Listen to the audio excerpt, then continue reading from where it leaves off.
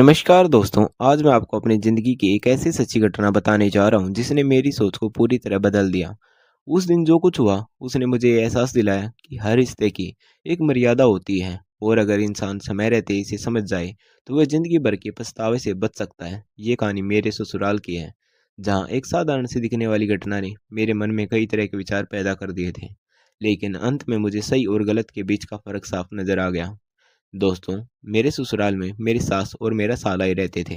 मेरे ससुर जी का कुछ साल पहले देहांत हो चुका था। मेरी सास उर्मिला जी एक बहुत ही समझदार और शांत स्वभाव की महिला हैं। उनकी उम्र लगभग 50 साल है, लेकिन उनकी दिनचर्या और आत्मविश्वास देखकर कोई भी उनकी उम्र का सही अंदाजा नहीं लगा सकता। वह हमेशा सलीके से रहती हैं और घर को बहुत अच्छे तरीके से संभालती हैं। आस पड़ोस में भी उनकी काफ़ी इज्जत और लोग उन्हें एक समझदार महिला के रूप में जानते हैं। ये बात करीब 4 महीने पहले की है, जब अचानक मुझे 2 दिन के लिए ससुराल जाना पड़ा। दरअसल मेरे साले की रेलवे की परीक्षा थी, जिसका सेंटर दिल्ली में आया था, इसलिए उसे वहाँ जाना पड़ा। उसी समय मेरी सास का फ़ोन आया और उन्होंने मुझे कहा कि अगर मैं 2 दिन के लिए उनके पास आ जाऊँ तो उन्हें अच्छा लगेगा, क्योंकि घर में वह अकेली रह जाएंगी। उस समय मेरी पत्नी गर्भवती थी, इसलिए वह सफ़र नहीं कर सकती थी। उसने मुझसे कहा कि तुम चले जाओ, मम्मी अकेली हैं, उन्हें सहारा भी मिल जाएगा और अच्छा भी लगेगा।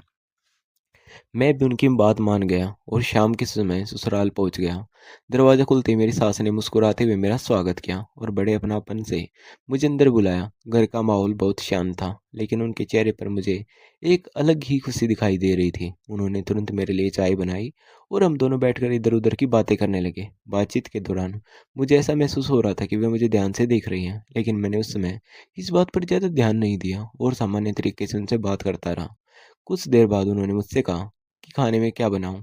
तो मैंने कहा कि जो आपको मन हो वही बना लीजिए। उन्होंने हल्की सी मुस्कान के साथ सिर हिलाया और रसोई में चली गई। मैं हॉल में बैठकर अपने फ़ोन पर समय बिताने लगा। बाहर मौसम धीरे धीरे बदलने लगा। तेज हवा चल रही थी और आसमान में बादल छा गए थे। थोड़ी देर बाद वह खाना लेकर आई और बोली, आइए खाना तैयार है।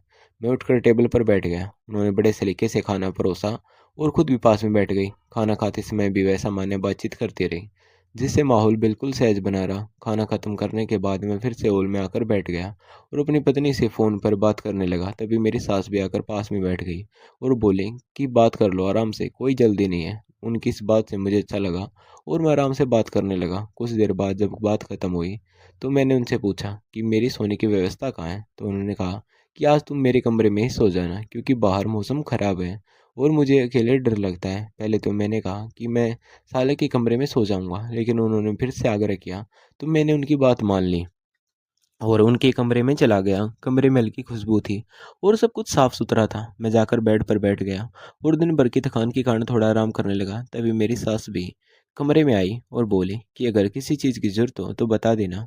फिर वो अपने काम में लग गई। मैं कुछ देर बाद लेट गया और सोने की कोशिश करने लगा, लेकिन बाहर के मौसम और नए माहौल की वजह से मुझे नींद आने में थोड़ी देर लग रही थी। तभी वह कमरे में आई और दरवाज़ा बंद करके बोली कि अब तुम आराम से सो जाओ, मैं भी यहीं सो जाऊँगी ताकि डर न लगे। मैंने हाँ में सिर हिला दिया और अपनी तरफ करवट लेकर लेट गया।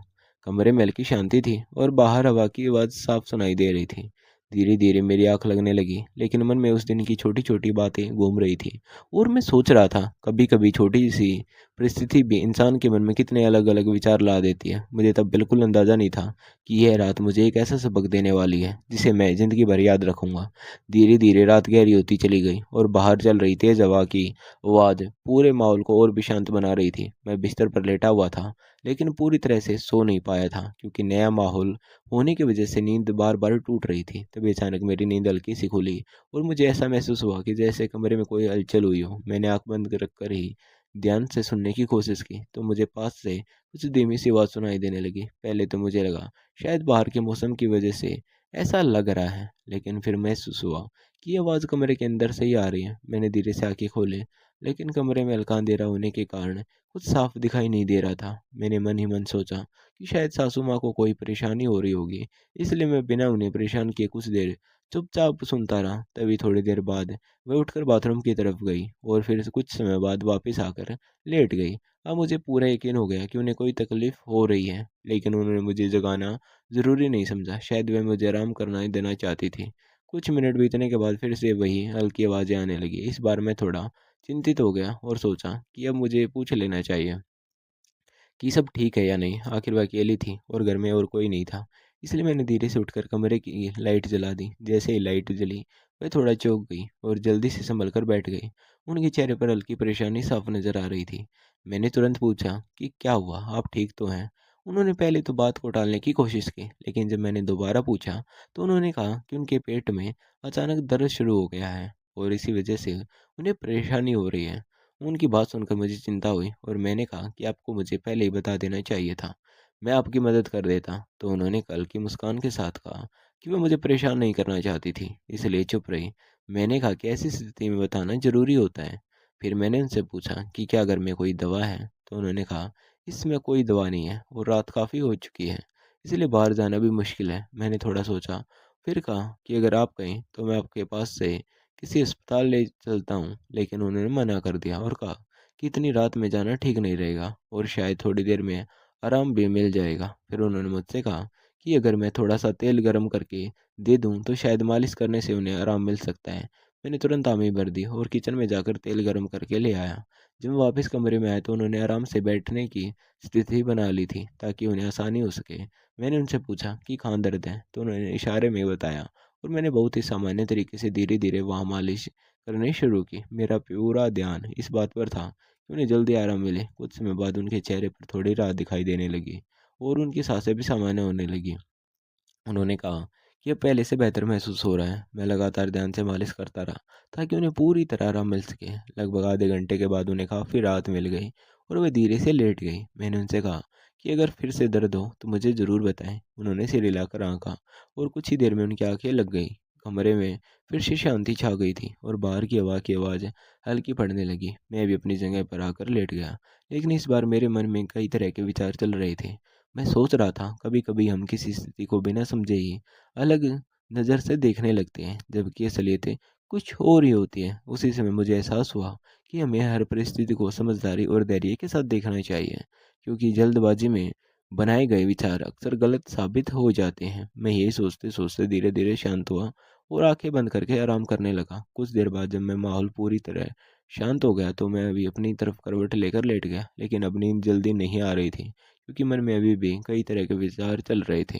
मैं सोच रहा था कि थोड़ी देर पहले तक मैं बिना पूरी सच्चाई जाने कितनी अलग दिशा में सोचने लगा था, जबकि हकीकत बिल्कुल अलग निकली। तभी मुझे अपनी सोच पर हल्की सी शर्म महसूस हुई और साथ ही यह एहसास भी हुआ कि इंसान को किसी भी परिस्थिति को समझने से पहले उस पर फैसला नहीं करना चाहिए। कुछ समय बाद सासू माँ की नींद खुली और उन्होंने धीरे से मेरी तरफ देखा। शायद उन्हें यह महसूस हो गया कि मैं अभी भी जाग रहा हूँ। उन्होंने हल्के स्वर में पूछा कि अब तुम सोई नहीं क्या? मैंने कहा, बस अब सोने ही वाला हूँ। फिर उन्होंने कहा, तुम्हें परेशान किया उसके लिए माफ़ करना। मैंने तुरंत कहा कि इसमें माफ़ी की कोई बात नहीं है, आप ठीक हैं, यही सबसे ज़रूरी है। वह थोड़ी देर चुप रही और फिर शांत आवाज़ में बोली कि ज़िंदगी में कई बार ऐसी परिस्थितियाँ आ जाती हैं जब इंसान अकेला महसूस करता है, लेकिन इसका मतलब यह नहीं होता कि हम अपनी सोच या अपने व्यवहार की सीमाएं भूल जाएं। हर रिश्ते की अपनी एक गरिमा होती है और उसे बनाए रखना सबसे ज़रूरी होता है। उनकी बातों में एक गहराई थी जिसे सुनकर मैं पूरी तरह समझ गया कि वे मुझे क्या समझाना चाह रही हैं। मैंने भी सिर हिलाकर उनकी बात को स्वीकार किया और कहा कि आपने बिल्कुल सही कहा। कभी-कभी हम बिना सोचे-समझे गलत दिशा में सोचने लगते हैं, लेकिन सही समय पर अगर कोई हमें समझा दे, तो हम संभल सकते हैं। उन्होंने हल्की-सी मुस्कान के साथ कहा कि बस यही समझदारी है कि हम समय रहते खुद को सँभाल लें और अपने रिश्तों की इज़्ज़त करें। उनकी ये बात मेरे दिल को छू गई और मुझे अंदर से एक सुकून-सा महसूस हुआ। अब मेरे मन में जो भी उलझन थी, वह पूरी तरह खत्म हो चुकी थी और मैं खुद को पहले से ज़्यादा हल्का महसूस कर रहा था। कुछ देर बाद हम दोनों अपनी तरफ चुपचाप लेट गए और इस बार मुझे भी धीरे धीरे नींद आने लगी। सुबह जब मेरी आँख खुली तो घर का माहौल बिल्कुल सामान्य था। सासू माँ पहले की तरह ही अपने काम में व्यस्त थी और चेहरे पर वही सादगी और अपनापन था जैसे कुछ हुआ ही न हो। उन्होंने मुस्कुराते हुए मुझसे पूछा कि नींद ठीक से आई या नहीं। मैंने मुस्कुराकर कहा कि हाँ, अब सब ठीक है। फिर उन्होंने मेरे लिए नाश्ता तैयार किया और हम सामान्य तरीके से बातें करने लगे। उन 2 दिनों में उन्होंने मेरी बहुत देखभाल की और मुझे कभी भी ये महसूस नहीं होने दिया कि मैं घर से दूर हूँ। जब मेरा साला वापस आ गया, तो मैं भी अपने घर लौट आया। रास्ते भर मैं यही सोचता रहा कि उस एक रात ने मुझे कितना बड़ा सबक दे दिया। अब मैं अपनी पत्नी के साथ पहले की तरह खुशहाल ज़िंदगी जी रहा हूँ और इस घटना को याद करके हमेशा यही सोचता हूँ कि अगर उस दिन मैंने अपनी सोच पर नियंत्रण न रखा होता, तो शायद आज हालत कुछ और होते। दोस्तों, इस कहानी से हमें यही सीख मिलती है कि हर रिश्ते की एक मर्यादा होती है और हमेशा उसका सम्मान करना चाहिए, क्योंकि कुछ पलों की गलत सोचें हमारे जीवन के सबसे अहम रिश्तों को कमज़ोर कर सकती है। इसलिए ज़रूरी है कि हमारी परिस्थिति में धैर्य और समझदारी से काम लें और अपने रिश्तों को हमेशा इज्जत और विश्वास के साथ निभाएं। यही सच्ची समझदारी है और यही इस कहानी का सबसे बड़ा उद्देश्य है। दोस्तों, आपको ये कहानी कैसी लगी हमें कमेंट करके ज़रूर बताएं और चैनल को सब्सक्राइब ज़रूर